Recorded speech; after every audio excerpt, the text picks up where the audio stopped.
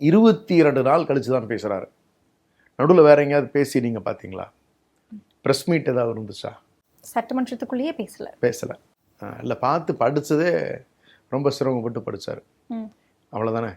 பொறுப்பேற்றது கூட ரொம்ப அளவாக பார்த்து பேப்பரை பார்த்து தடுமாறி படித்தார். அவ்வளோதான் நடந்துச்சு. அதுக்கு மேலே வேறு எதுவும் நடக்கலை. அப்படிலாம் இருக்கிற சூழ்நிலையில் அவர் ஒரு சீரியஸான ஒரு சிஎம்மாக எங்களோட பார்வைக்கு தெரியவில்லை. அவர் பேசுகின்ற பயன்படுத்திய வார்த்தைகள் ஒரு முதலமைச்சர் பயன்படுத்துவதற்கான வார்த்தைகள் இல்லை. கடந்த கால வரலாறுல நீங்கள் அந்த இடத்துல நீங்கள் அண்ணாவை நிறுத்தி வச்சு பாருங்கள், காமராஜரை நிறுத்தி வச்சு பாருங்கள், நீங்கள் முத்தமிழறிஞர் கலைஞருடைய வார்த்தைகள் எடுத்து வச்சு பாருங்கள், அந்த இடத்துல நீங்கள் ஜெயலலிதா அம்மையாரை வச்சு பாருங்கள். இதெல்லாம் வச்சிருக்கக்கூடிய அந்த இடத்துல இந்த விஜயா இல்லை, கம்பேர் பண்ணுறதே தவறான ஒரு விஷயம் இல்லையா? சிஎம் சீட்டுக்குன்னு ஒரு புரோட்டோகால் இருக்குல்ல, அதுக்குன்னு ஒரு கண்ணியம் இருக்குல்ல, ஒரு மரபு இருக்குல்ல, அது ஏதாவது ஃபாலோ பண்ணாங்களா?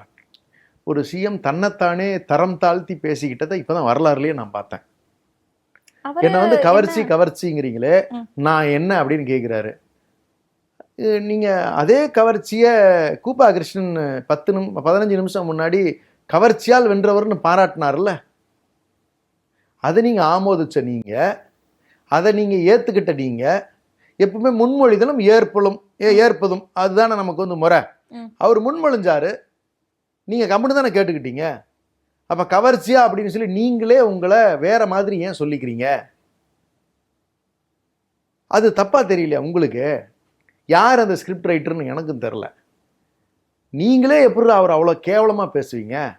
அப்போ நான் என்ன வேற மாதிரியா அப்படின்னா அதற்கான அர்த்தங்கள் தப்பாக போகுதுல்ல.